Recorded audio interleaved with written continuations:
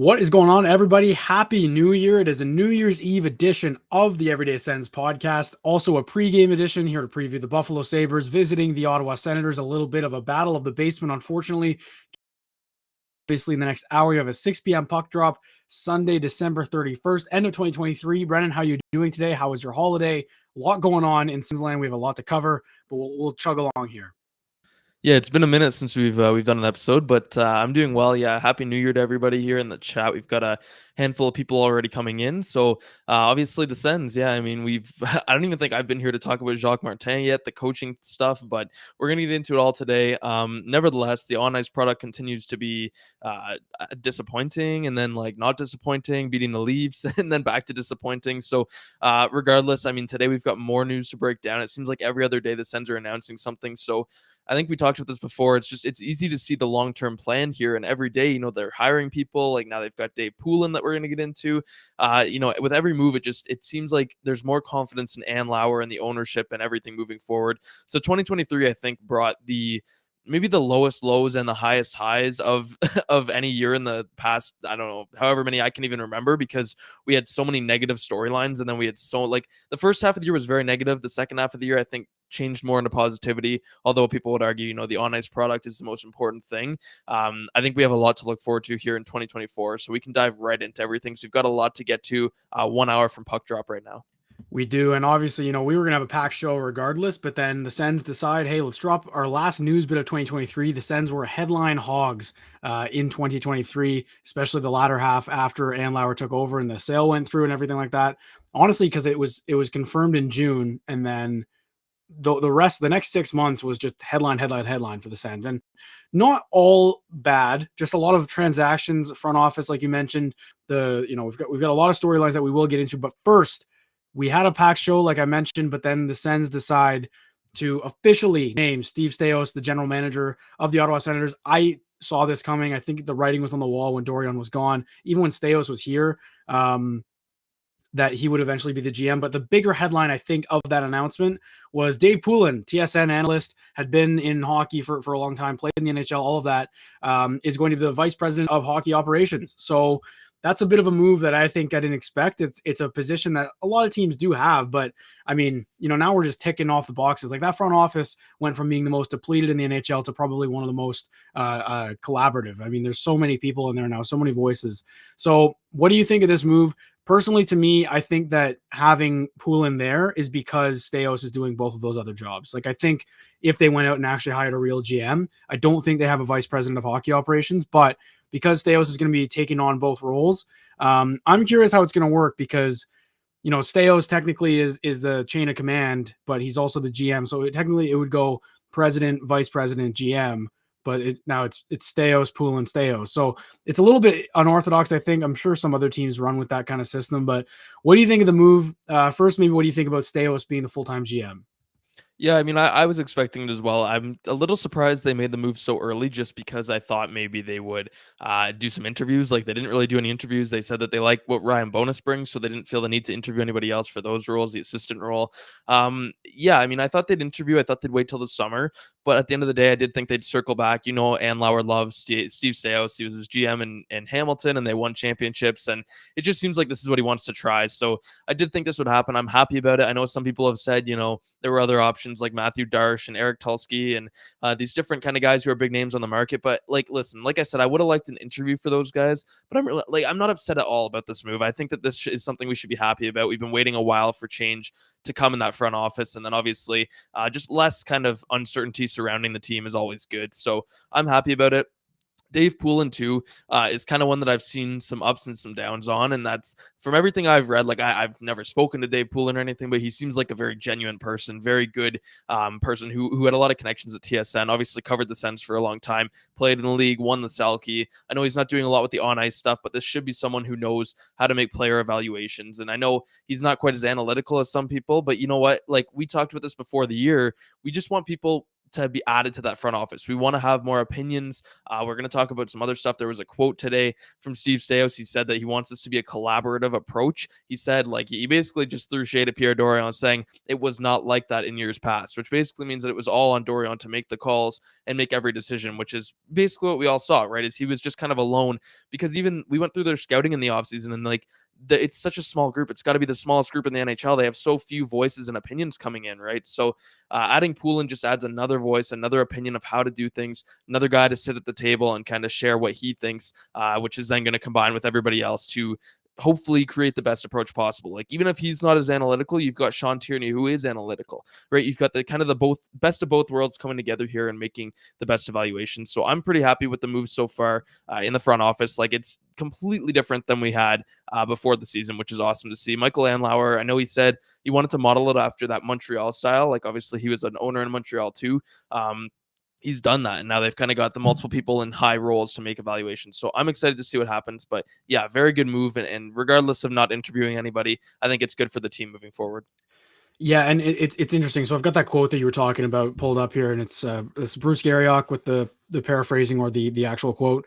Staios will make the final decisions, but wants a quote collaborative approach.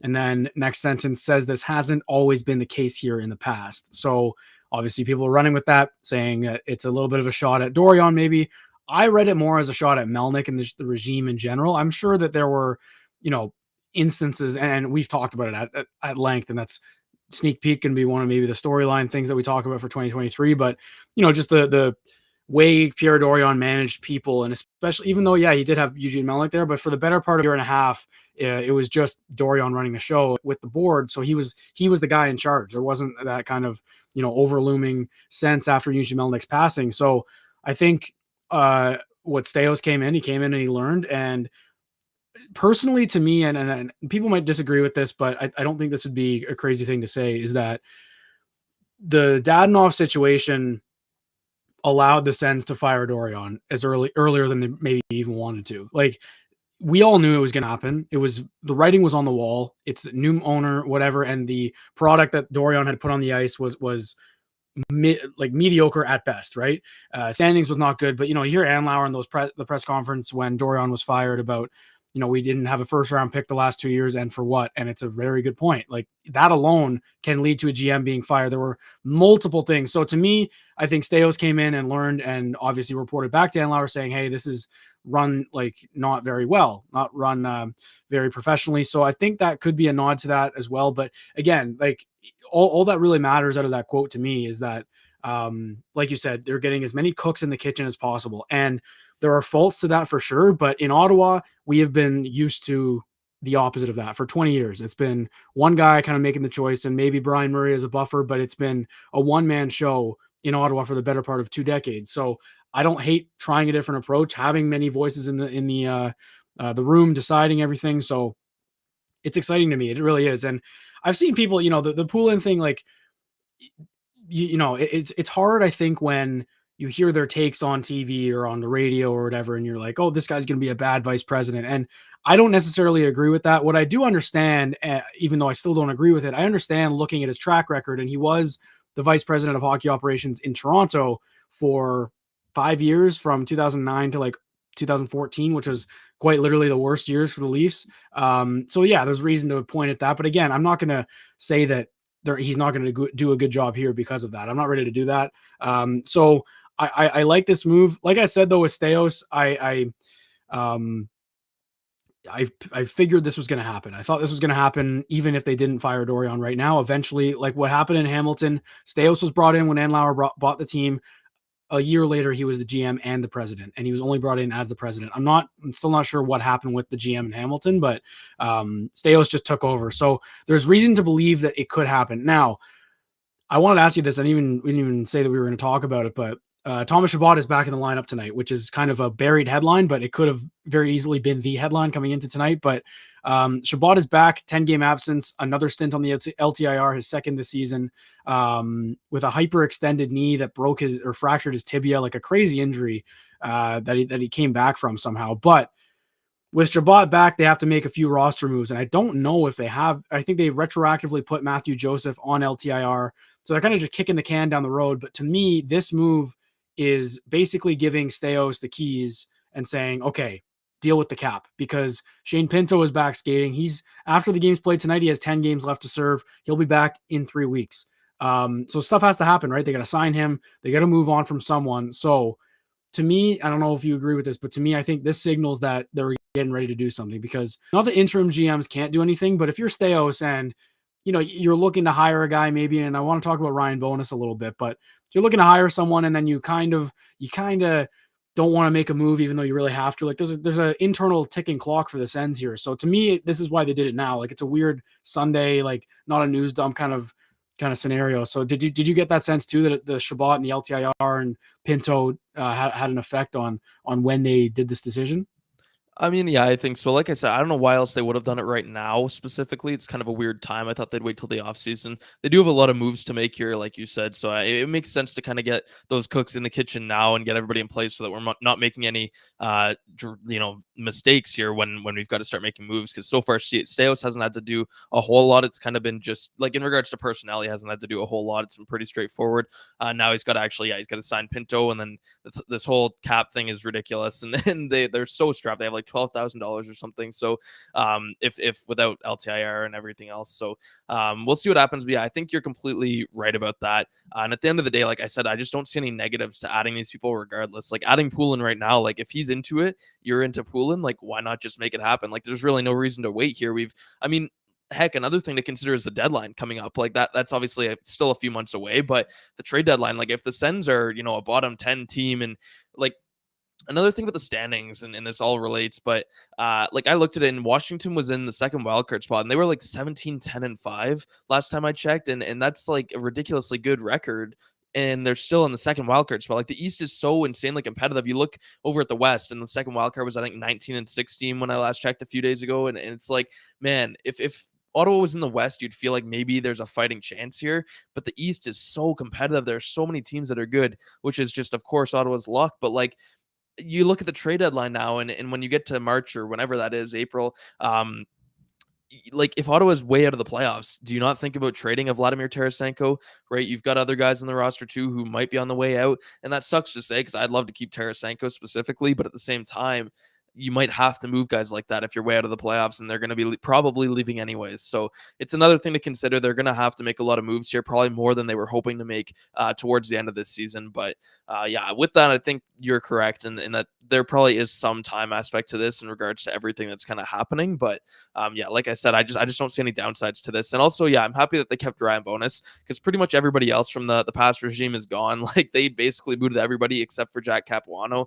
and Ryan Bonus. And Bonus is someone who I really like. I mean, he's got those ties. He's someone who I felt like was always just living in the shadows of the past regime. Like he was there, but he was never really acknowledged. I mean, he's been Belleville's GM, but he was never acknowledged. They kind of didn't really speak about him a whole lot. And now I think he's going to get a little bit more say. They want to really seem like the Steo said today, they want to be collaborative. I think that they're really going to emphasize listening to everybody. And that's something that you have to do as a forward thinking franchise. So yeah, I'm happy with this. And I think this kind of leads into our next segment too, just because Michael Andlauer obviously is at the kind of head of this. And it's nice to hear not directly from the owner on this, even though we love hearing Andlauer talk. It's nice to hear the president speak in Steos. But with Andlauer, like that's got to be our number one thing here for 2023, I think, for all Sens fans. So we can probably dive into the next one, but do you have anything else on the kind of turnover going on here?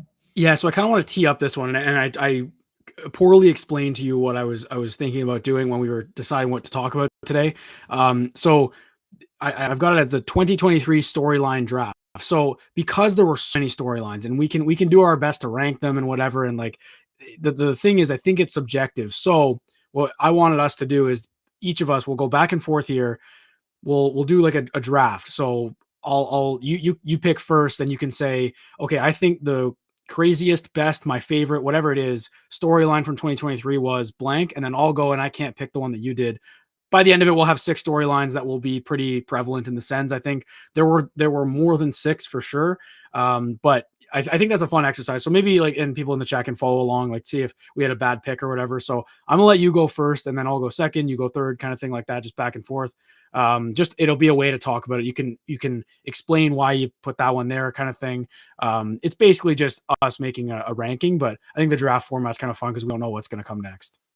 Yeah, well, I'll absolutely go first because, like I said, I think it has to be the new ownership as the biggest storyline of 2023. Now, there were a million storylines, like you said, but there was none bigger than Michael Andlauer buying the team. Obviously, the delayed sale process then led to, the coaching staff and the GM keeping their positions. But regardless of everything on the side and on the outskirts of this, I think the biggest thing is Michael Andlauer specifically buying this team.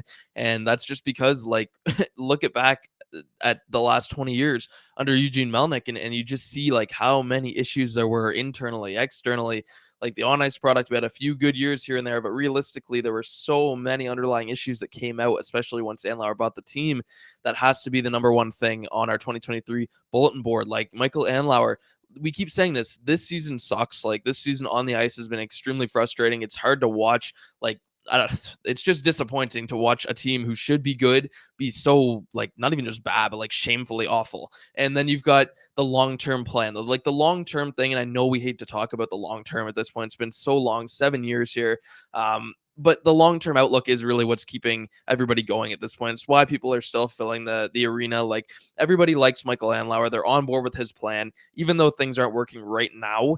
I think everybody now, especially with the coaching change too, it's another thing. Like I think it's all kind of syncing up now. People are starting to see the vision. They're starting to get it. The only thing really left to do, especially now with the front office additions, is you have to see the team play better. That's it. Like the team needs to come together. The core needs to start playing better. They need to come together on the ice. And I still think that's going to happen. Like I've never been more confident in this group of players than I am right now, even though they have a negative record. They haven't played very well because Michael Andlauer has put together, all of the tools on the outside. Like everything aside from on the ice is put together now. All of the tools are in place for this to be a successful group.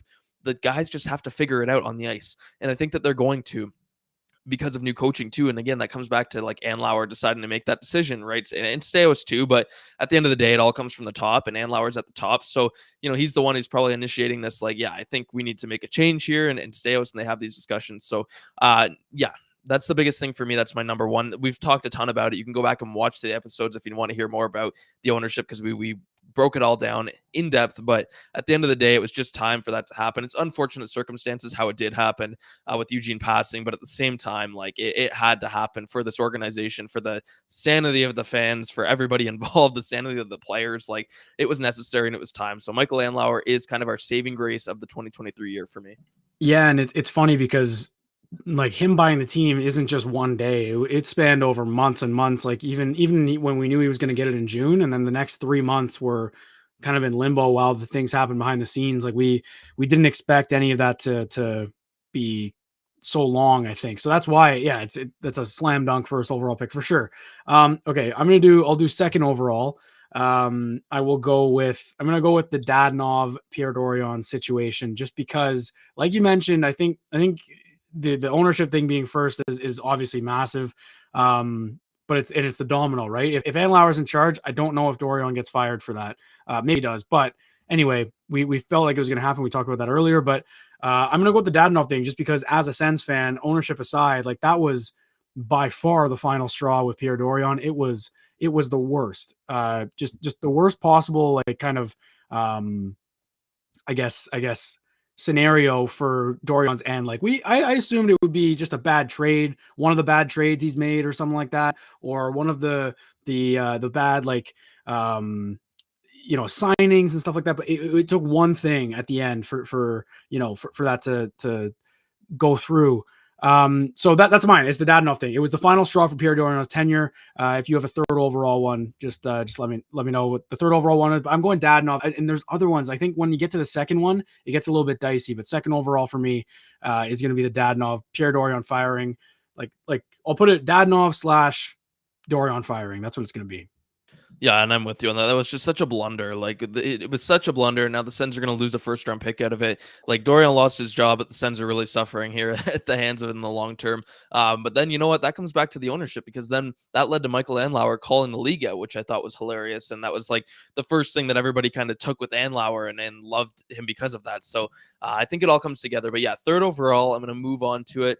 I'm going to say the coaching change. Now, again, this is pretty much for all the same reasons as the ownership change. It just was time. Like something had to happen.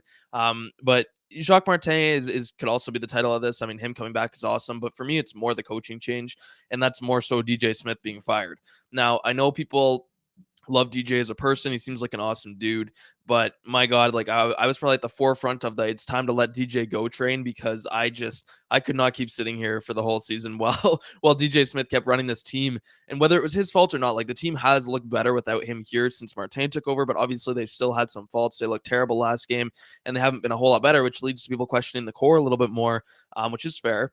But I still think like DJ was at the head of the problems. And even if he wasn't, even let's just say in a hypothetical world, he wasn't the issue, like it still had to happen, because the team was like, they were gone. Like there was no improvement coming. It was a skid. They were on a down to a 6-game skid at one point, and it's like it just kept sliding and sliding and sliding, getting further away. It's like you shouldn't be seeing regression right now, and I thought the Sens really saw a lot of regression this year with DJ to start the season, especially after they preached, we need to come out and get a good start. We've never had a good start with DJ. They come out, they have another bad start with one of the easiest schedules in the league. Like there's no more grounds for termination. Like he literally reached his point of termination and then went like 30 feet above it. He just kept going. His leash was so long. Again, the delayed ownership thing kind of led to him getting this chance, but I still think it was a good year or two past when Smith should have been let go realistically. Like if you look at the other teams, there's no way that he should have been the 6th longest tenured head coach in the NHL. That's just crazy considering he's never had a winning season. And then like another thing with DJ was the excuses, right? Like then he came out in TSN 1200 after, and he actually had a very classy interview. But his first thing was like he came out and said, "Well, I think if we were healthy, we would have qualified for the playoffs, or we would have pushed for the playoffs." And then he said the thing about the expected goals. Well, I think we actually played pretty good defense because we were top 10 in expected goals, which was just wrong. Like factually wrong. And so I think it was time to let DJ go. He had run his course. To me, just sounded like a guy who didn't have answers. And when you listen to Jacques Martin speak and kind of the things he's saying, you can really hear it, because he's really pointing out a lot of the tactical things. He's looking at like the individual, like the actual things that are happening on the ice, his strategies, like the X's and O's of the game. Whereas DJ never spoke like that. It was just about motivation. It was about working hard, being physical, and like that stuff's good, but it's very bland. And it's kind of just screaming that you don't have any actual underlying tactics going on here or adjustments. So the coaching change is my number 3. And well, my number 2, but third overall, just because it had to happen. It was years overdue in my mind. And now I think we're going to see this team improve for the rest of the 2024 campaign. Yeah, the coaching stuff, we'll get into that, I think, a bit more next episode we do, because like you mentioned, you didn't have a chance really to talk about Martin yet. I did a live when DJ was fired, but since we haven't even spoken since, but there's so much else happening. It's New Year's Eve, kind of address that. It also has only been 5 games, and we've seen like a variety of stuff from this team. So I don't even know what is going to be the case with this team. I'm still trying to figure out, and I feel like, and Steo said it in his press conference here, introducing Poulin and stuff like that. Like, they're still trying to figure out about the core and about the team, and like if they're going to make any moves or anything like that. And I mean, Steo said, "I believe in this core," just like he said, "I believe in this coaching staff." And obviously we know what happened with that. So that's a good one for third. I think that's definitely up there with Martin. I'm going to go a different route here for the fourth best storyline or top storyline of the year for the Ottawa Senators. It's Shane Pinto and gambling suspension. I think that absolutely sent a ripple through the team. I think it sent a ripple through the NHL. The reason I have that one so high, because like at the end of the day, it doesn't actually affect much. Pinto wasn't here in the first place. If he had started the season here and then it happened, that's a different story, but they went into the year without him. So, excuse me, it wasn't a loss per se because he wasn't there already. But league wide, I think that's why this is such a big story, is because the regulations on gambling, we talked about it when it happened, but the regulations on gambling, the advertising, the Andlauer's presser after it, like the whole debacle after the Pinto thing, I think got lost because a week later Dorian was fired after Dadonov, the Dadonov verdict came down. So it was kind of a bang bang scenario. So my 2 story top storylines are within a week long span. But to me, I think the Pinto thing, actually, I kind of regret not taking it higher because I think it was a bigger story than the Dadonov thing in general. Yeah, and Callum, honestly, kind of like this is like, which is crazy to say. I'm just throwing that up there. It's crazy to think that these are the top storylines from 2023. We're doing this just if people are kind of confused. It's New Year's Eve, obviously, so we're recapping 2023. Best way to do that is do a draft of the top stories or whatever, right, from 2023 for the Sens. But quite honestly, a lot of them could get up there in a decade long or a rebuild long storyline or something like that, which is crazy to think. So that's going to be mine. I just think that the outcry from the league in general and how vague the NHL was about it and how other teams were chiming in, the reports from everyone being like very vague as well. The details are kind of fuzzy. So I'm really, really curious to see the press conference when Pinto comes back or when he signs eventually, the questions that are asked, the answers they are able to give, that they do give, because you bet that they're going to be asking questions about, hey, what did you do? Or, what was the verdict like and all that, because of how animated Andlauer was post the suspension, I guess. And it kind of also links to the Dadonov thing because he was saying, I don't know how I inherited this, blah, blah, blah. So again, like you mentioned, the ownership, it trickles down because none of this is happening if Andlauer isn't here just because of the reaction and everything. So that's my fourth one. I think I got Shane Pinto in the gambling suspension. Fourth for the craziest, best storyline for the Sens. What do you have fifth with your final selection here?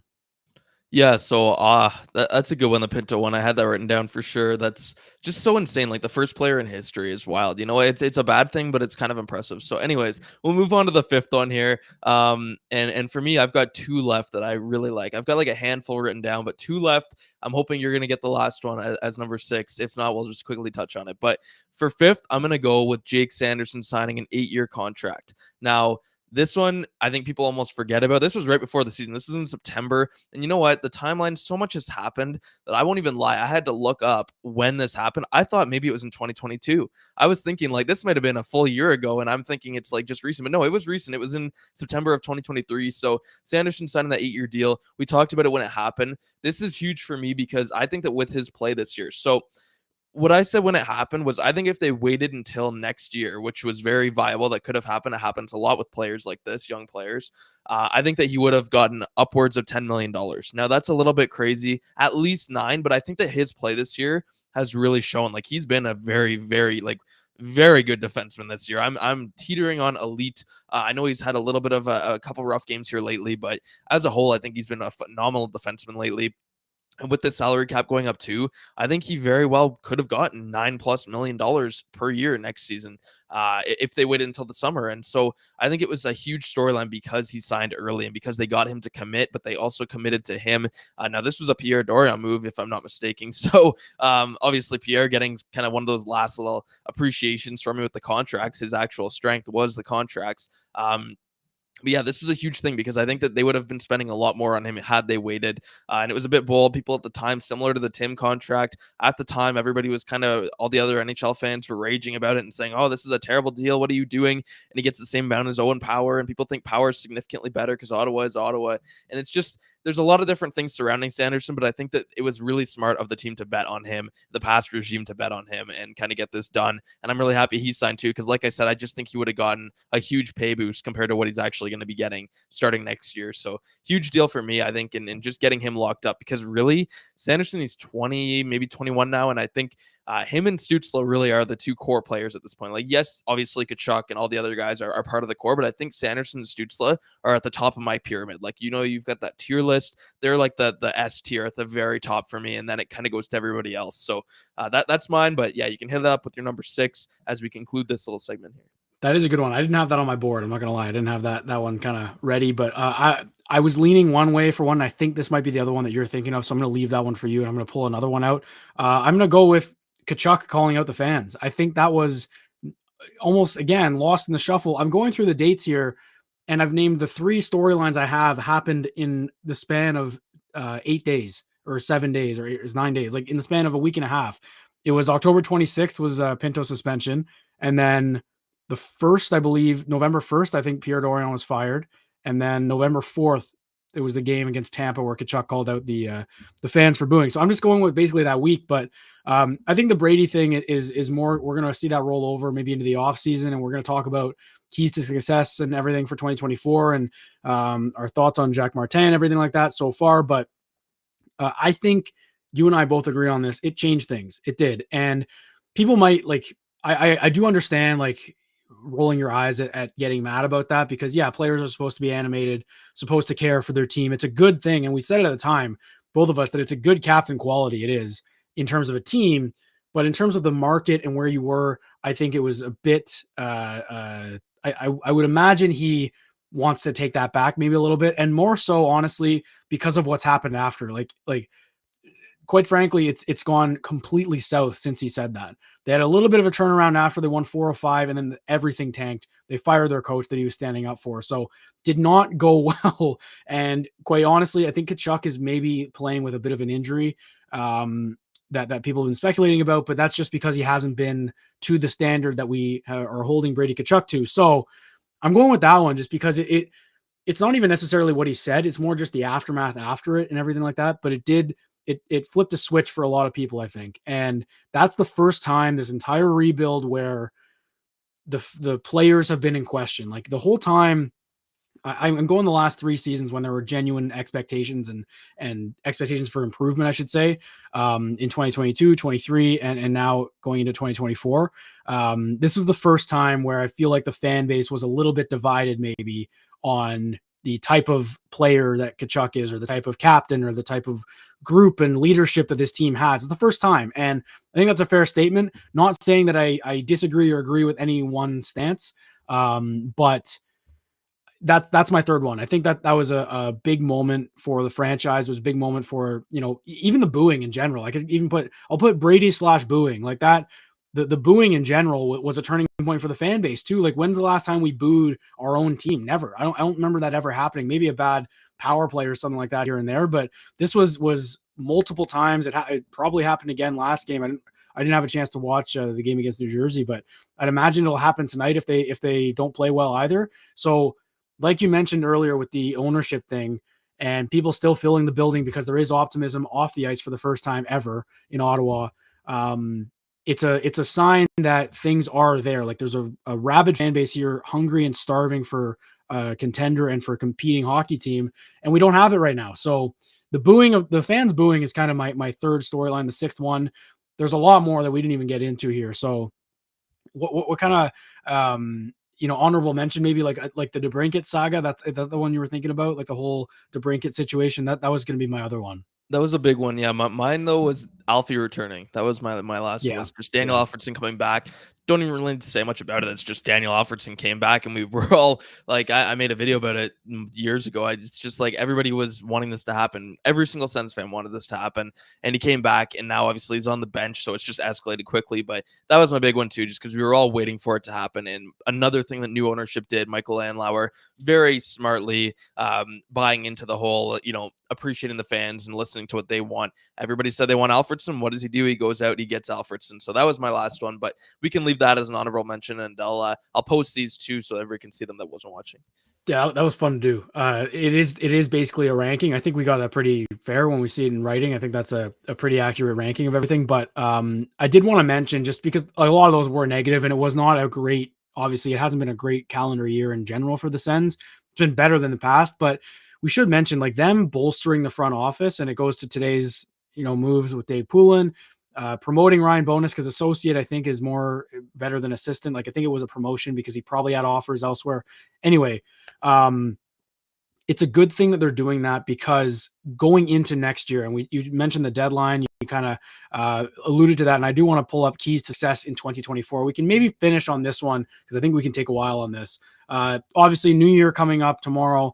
And looking forward with this franchise, it's a much different feeling, I think, now, like I mentioned with the booing and everything. It's a much different feeling going into this offseason coming up. I'm not writing off this year, but the writing again might be on the wall. They got to go on a crazy run to even make some noise. So I'm just going to go from the lens of this season is probably not going to be a playoff year, which is really unfortunate, tough to say out loud, because even in mid-November, I was holding out hope. After Sweden, I had hope, but That's kind of gone out the window with that stretch they had in December. But all of that being said, I think them making these front office moves is so important, even though it feels weird to do during the middle of the year. Like you mentioned, they should have done it maybe, or you thought they'd do it in the offseason. But to me, doing it now is important because the last 2 off seasons, and this is where I'm talking about Staios' quote with the collaborative approach, which hasn't happened in years past.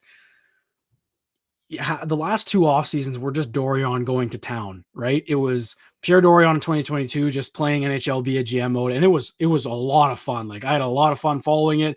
Trade for DeBrincat, sign Giroux, get Talbot, rumored to be on Chychrun, get Chychrun eventually, and then last summer DeBrincat doesn't work out. Here we'll sign Tarasenko, sign Korpisalo. Like it was fun. There's a lot of moves, but that's not normal. That's not how front offices operate often. Even the very good teams make very few moves because they've got the pieces in place already. There was a lot of puzzle fixing, and it was just Dorion doing it for all we know, right? Especially when Trent Mann was gone, it was just Pierre Dorion. So all that being said, I think putting the pieces in place in the front office is important to do now so that when you come the offseason, when you come to the trade deadline, you've got your GM, you've got your vice president, you've got your president in place.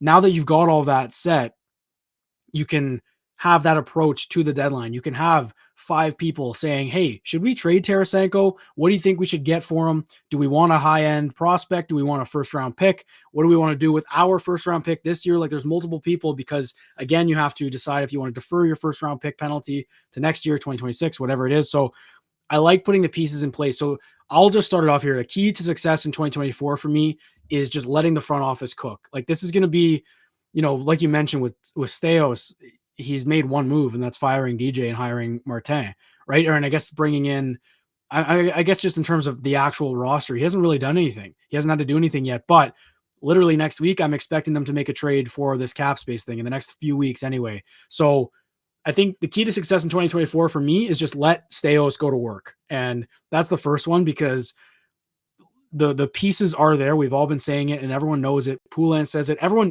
Every new hire that comes in says this team is right there. So it's just about pushing them over the edge in a good way. And I think letting Staios just go to work now that all the pieces are in place is going to be my biggest key to success in 2024. Yeah, that's a good one for sure. And I think like you said, they've got all the pieces now, so it's just about actually making that all kind of come sync together and work together. So I like that one. Just one note here, I just saw on Twitter tonight's lineup just quickly, and then I'll hit my next key. So TSN actually tweeted out that Eric Branstrom is playing forward, and I got really excited for a second. But they put him on the 4th line, but no, they're running 11-7 tonight. Oh no, they scratched Yuri Schmeichel, Zach McEwen in, Parker Kelly to the 3rd line. Jacques doing it to me now, right now he's starting to do it to me, but that's all right. Crookshank out. They're running 11-7. Hamonic still with Chychrun. Forsberg starting. Anyway, back to the keys here. I just wanted to quickly hit on that because this is a completely different look than anything we've even seen this season. So I forgot we were doing a pregame show. I can't lie. Yeah, I don't know. It's hard. Like the games at this point, tonight is actually exciting because it's Buffalo, and it feels like that's usually pretty fun games, and there is a bit of a rivalry there, and Buffalo is very beatable. So hopefully Ottawa can do that. But the games are hard to get quite as excited about at this point. So regardless, I'll hit on my next one. So this one's going to be controversial, and I want to hear your take on this because it's kind of up and down with what people think. So I'm going to say a key to success in 2024 is the players buying in. Now, it's interesting because obviously a lot of people that you listen to Brady Tkachuk and you see the way like his passion for the game, and the same with a lot of the core players. They all seem very passionate. Like I don't really have questions about them being passionate. I need to see more from a lot of these guys. Like I don't know. To me, this year was the biggest year in their career so far. This was the biggest season. They recognized that. They acknowledged it. Everybody in the organization acknowledged the fact that like this needs to be a competitive season. We need to be competing for a playoff spot. They didn't really say we had to make the playoffs, but they wanted to be competing. The fact that they're not even competing is like crazy unless they, barring some crazy run, but we can't assume that. So it's like, to me, Brady Tkachuk, it starts with him, and he's acknowledged the fact that he has not played his best hockey. He came out and said that. I love that was one of the first things he said with new coaching when it came in. He took accountability. He said, this is on me. It starts with me. I need to play better. The problem is we still aren't really seeing it. Now, he's had a couple of good games since then. He's had a few good games here and there. The problem is consistency. Like Brady has been, he's got the multi-point efforts. He's got like 16 goals, 17 goals now, but they've all come in like the same games. So then it's every other game he's just kind of invisible. And I hate to see that because usually he's someone who drags the team through the fight.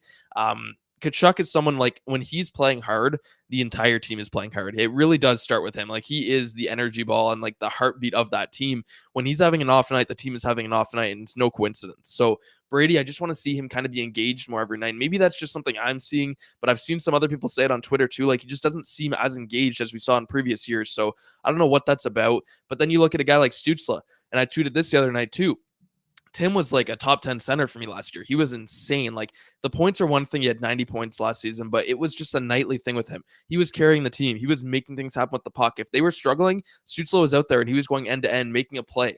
Like he hasn't done that this year. He's had a few stints here and there. He's had a few nice dekes and whatnot, but you got to be more than just flash at this point. Like the team needs to compete, and that starts with their number one center and Stutzla too, along with Kachuk.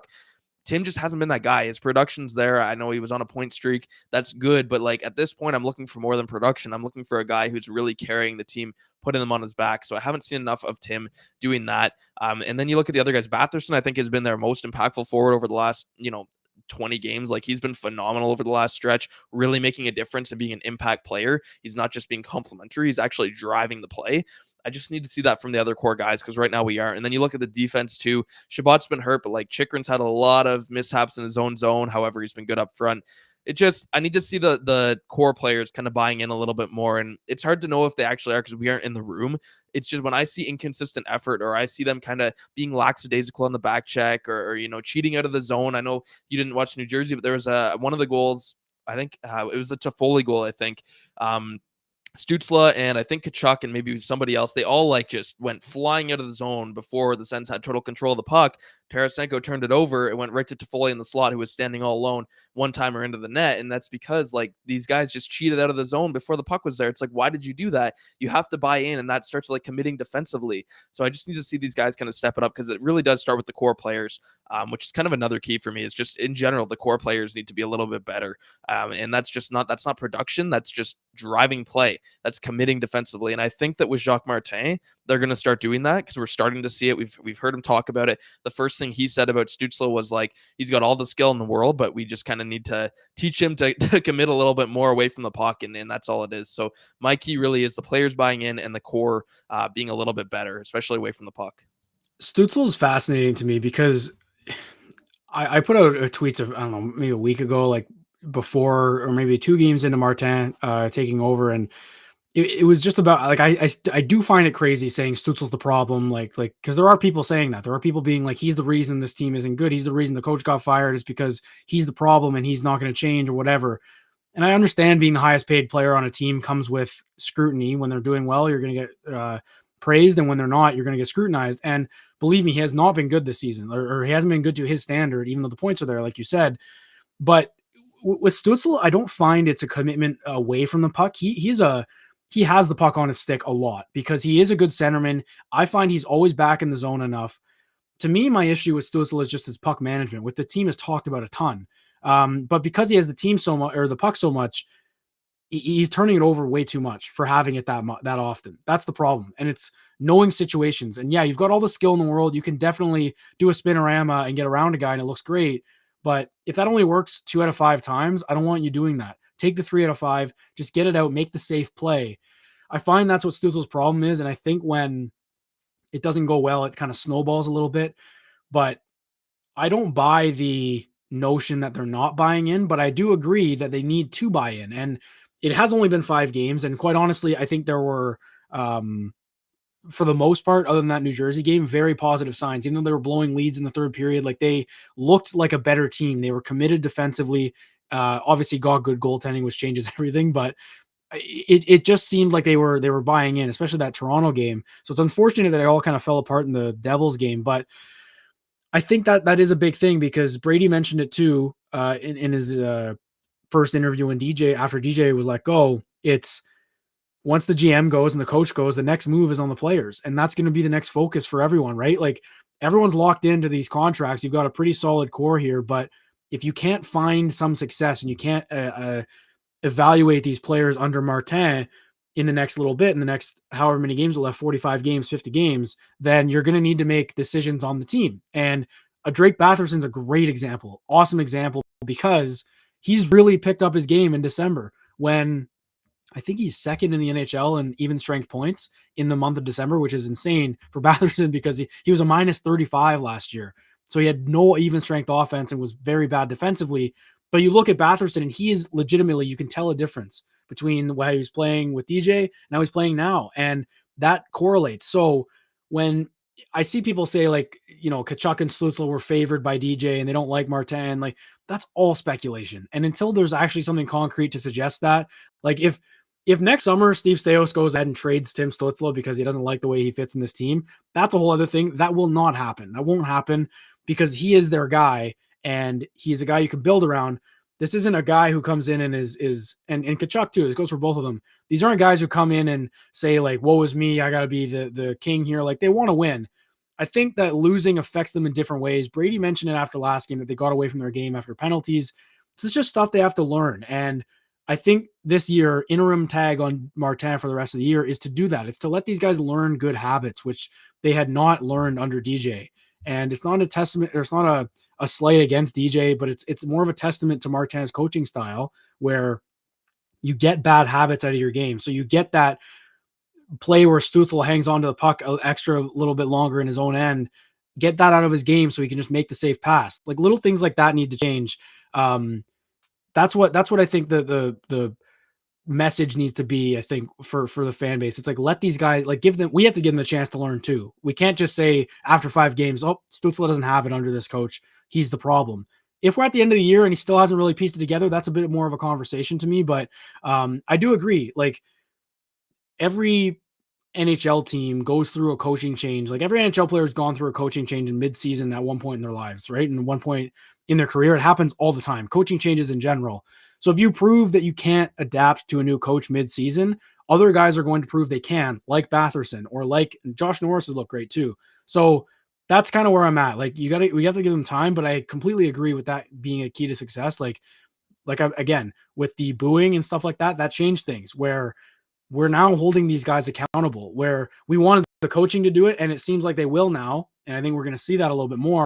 So if the coaches are going to hold them accountable, the fans will as well. But we also have to give them a chance to prove that they can adapt. So I think following, they've had some really bad losses, some blowout losses this season where they just are out of it, even if they claw back at the last minute. And we haven't seen it change the next game. So I'm really curious to see how hard they come out tonight, how well they play away from the puck, whatever it is. And also the special teams is a huge issue, but I don't know. That's more tactical, I think, than anything. And that's more of a conversation again, but I don't want to talk about Alfredson in a negative way yet. No, yeah, neither do I. I mean, I don't even really consider the coaching, like, it's hard to talk about them yet just because it's been such short time. Like, they haven't even had 10 practices yet. Like, they've had what, like 3 actual practices. Like, Yeah. it's hard to even point at them in any way right now. I just want to point out, I think Vancouver is a really good example because Rick Tocchet took over last November and then they played better and kind of laid the foundation. It wasn't just Tocchet. They brought in like Adam Foote, Sergei Gonchar. They brought in a whole different staff of legends, kind of like the Sens have with Alfie and everything. So that I think is important to consider. Like, I'm not saying the Sens are going to go off and be first in the NHL next year, but you have to give them time. And I think that's a good example because you asked Canucks fans last year, like JT Miller was an issue. Brock Besser wasn't playing well. And then you come into the next season and they look like all-stars, all of them. So that's what you got to do. You got to give them time with the coaching staff. And not to say that Martin is going to be coming back, but that's kind of the blueprint, I think, would be the Canucks, right? Just mid-season coaching change, give them a year to figure each other out, go into an offseason having clarity, which no one on the Sens had. Even DJ didn't even know if he was coming back or not, which had to be had to hinder them, right? Like I think, reports were and whatever that he thought he was done. And you could tell at the end of last season. I'm sure he knew he was on the way out after this year anyway. Like but even then, I don't think he knew he was coming back. I don't think he, and yeah, he's probably preparing like he was, but if you're not in it, I don't know. I'm not saying he wasn't committed, but that's important too. So my next key to success is stability. And I know that that's a bit of an eye roller for people, but we're getting that with the front office. And now it's up to the players to show, it's like a tryout. It's going to be like a 50-game tryout for these guys for the rest of the season. That's what it's going to be. Sorry. Yeah, that's a good one. And I have a question for you as well, kind of building on stability too. So my next one, and it's similar, but it's finishing the season on the right foot, which is like obviously stability as well. But I'm wondering what you think about the rest of the season. Like, do you think that and what does the chat think too? Because this has been another controversial thing. Is it better to win games and maybe get like the 12th overall pick this year, or is it better to lose, tank, and finish with a high draft pick? Because in my mind, I think that like the culture in Ottawa right now, very much on the ice, it is losing. It's a losing culture. These guys don't know how to win. They have never won in the NHL. Like literally none of them, except for Giroux and Tarasenko, and even then, it's it is what it is. But I think that it's more important for this team to learn how to win right now, so that they can get off to a good start next season, which is what we said last year, and it didn't work. So I don't know, but still, I think that they need to learn to win. To me, I don't think that a high end prospect is what's missing. I don't think that another key elite player is what's missing. I don't. Now, Giroux and Tarasenko are probably going to be gone in the near future, so then you're going to need somebody else to step up.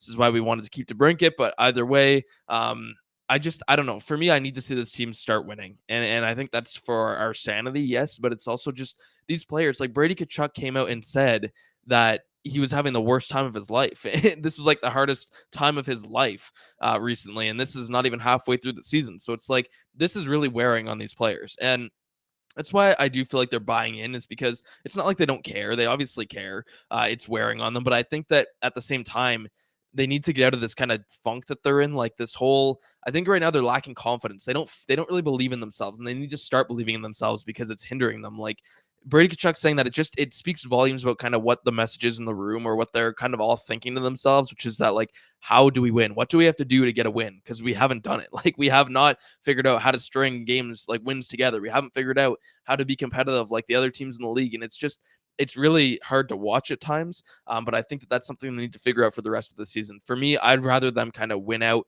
And even if they don't make the playoffs, if you finish with the 10th overall pick, 12th overall pick, but you put up a positive record for the rest of the 2024 half of the season, I'd be content with that. Because listen, as long as you're not picking another Boucher, no offense to Boucher, but like there's still going to be tons of good prospects you can get at 10th or at 12th or at 13th. Like there's lots of good prospects you can get.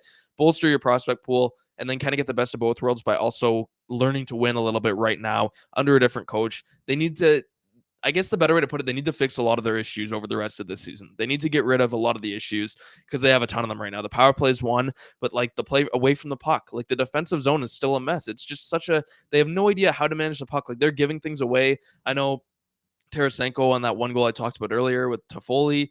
Tarasenko, like there was an easy play to make, and instead he just basically gave the puck away. It led to the puck going into their net. That was basically the dagger of a goal. Like that stuff just shouldn't happen. So they need to learn to manage the puck better. They have to make the simple, smart plays, and I think that they can use the rest of this year to do that. And in turn, that will lead to victories, which I think are important because right now this team just has a losing culture, and they just, especially under DJ, they had no answers. Nobody knew what to do. It was just like it's really just kind of fallen, out of their control. It feels like it just every night it feels like they could easily lose this game and have no idea why they lost, which is frustrating to see. But I think we're starting to get a little bit of a different feel under Marte. Yeah, it is a good question because there's part of me that says, I think the right answer is just to win games. Like you're right. I don't think a top prospect is going to make that much of a difference. Now, like Celebrini would obviously be a difference maker. Like he's that good. Eiserman's also very good. We He's are not playing getting them for the Americans, but like a top 2 pick is different. But picking from 5 to 10 to me, and I know it's a decent draft, but picking from 5 to 10 versus 10 to 15 isn't going to move the needle for the Sens because that player is not going to play next season, and that's when they need fixes because they are in win now mode, which is really depressing to say. But that's kind of where I'm at. I'd rather see wins just because you need to see them under this coach, and maybe losses. Like a game like tonight though is a perfect evaluator. Like you did not have a good game on home ice on Friday, brutal effort. Who's coming out here to make a difference? Who wants to end the new year on the right note? Like those kind of things are important. So I think the wins are better, but I'm going to blow my brains out if we have to go through another summer of, got to have a good start again. We finished the year strong because that's been the case 3 seasons in a row. Even the Canadian division year when they weren't supposed to be a good team, they could have made the playoffs that year if they had a better start. And they almost did at the end. I think they were 8 points out or something like that in a really bad division, but they were still kind of right there. And then we go into that summer like, just got to have a good start. We were right there. We built momentum. And then in those years, they've also 3 years in a row now, they've made their draft pick worse. Like they could have picked top 10 each of these years and they didn't. So that's kind of where I'm at. But again, like I just want to see wins. I want to see them get confidence under another system, because if they don't, let's say they don't, and they keep faltering and they end up in a bottom 5 position at the end of the season, then it's going to be a whole other discussion with this core. It'll be, who are we moving on from? And I truly believe that if this is a completely dumpster fire of a season on the ice, and so far, like for better or worse, I shouldn't say for better or for worse, but people might not like to hear it. I can't speak. Might not like to hear it, but this has been a disaster on the ice. They're 13-18, and we were expecting to compete for a playoff spot, and they're not. So it's been a disaster. So if it continues, you have to have conversations about every single person on this team. That's everyone included. That's the captain, the top players, Stützle, even Sanderson. I know they wouldn't trade Jake Sanderson or Stützle probably, but that's my point, is if they can't show that they can turn things around under a new coach, then like Tkachuk said, the focus becomes on the players, and that's the next step. And Steo said it today. He's like, I believe in this core, but I want to see them under this coach for a bit longer, because you have to evaluate things. So that's a very fair, I think, it's a good question, because we are at that point, unfortunately. And I feel like Buffalo there too, but Buffalo's been different because they had expectations this year. They were 1 point out of the playoffs last year, even closer than Ottawa, and they haven't made any huge additions yet, but they're still kind of in the same boat. So we're right up at puck drop here, actually, Brennan. We're right for the hour again. That was a lot of fun. I don't know if you have anything else for keys to success. We'll get into it. Obviously, we're gonna have a lot to talk about in the new year, but it feels like the front office stuff is kind of done. This is the last thing. New coaching, maybe, but it's going to be Martin and Steos and this regime until at least the end of the year. So, do you have any last thoughts just on going into the new year and everything like that that you'd like to say here before puck drop? Yeah, basically just I want this team to win games. That's it. Like I'm fully on board with the win games side of things. The tanking, listen, like I've embraced the tanking so many years in a row. Unless we are guaranteed the number 1 pick, I don't even care. Like win games, and we're not going to get the number 1 pick. So like even if we finish last in the NHL below the Chicago Blackhawks, and we have like what, a 25% chance at the number 1 pick, I can't. No, like it's not enough for me. I just want this team to win games. And yeah, you made a lot of good points there too, just about the whole winning and the culture. Like it does turn on the players. And so at the end of this year, if this team continues to lose and say they finish with a significantly worse record than last year, like what do you even point to? We can point to a bad start in DJ Smith, but it's like he was only here for the first quarter of the season. And then it's like, if the team doesn't improve, then what are we pointing to? Like it has to be the players. They don't even have any serious injuries right now. Like it has to be the players other than Matthew Joseph, but like you're going to have injuries. Like that's not even an excuse you can use. So I don't know. At this point, it's just win games, finish this season on a good note, get back to a positive record. You'll still get a decent pick. I don't even care. Forget the picks. Like at this point, you just have to win games and kind of prove it with this core. I am happy that the players acknowledge that. Like you said, Brady Tkachuk came out and said, like, we know if we don't improve, the players are going to be what's looked at next, because you can't just keep pointing to the coach and the next coach and the next coach. The players have to take it at some point. So win games in 2024. That's kind of my last thought here. But yeah, we're going to talk about a lot more in the new year, but puck drop is coming up here, so we can end it on that. We are. So we thank everyone again, not just for this show, all of 2023. This was a big year for both of us, just for the podcast. So we thank everyone for all of that, for the support. We're going to try, and it's been a hectic couple months here, month in general, really for both of us. So we're going to try and put out a bit more stability, maybe with the podcast. Maybe we should call it the stability podcast or something like that, and just go with Steos's quotes. We thank everyone for joining us. Please remember to like this video on YouTube, subscribe to our YouTube account as well, and subscribe to everydaysens.com. Brennan is pumping out content there all the time, articles, video breakdowns, highlights, all the works. So thanks everyone for joining. I hope everyone has a great New Year's Eve tonight. Stay safe, be smart, obviously, and we'll see you all in 2024. Happy New Year, happy holidays, and thank you for joining the Everyday Sens podcast.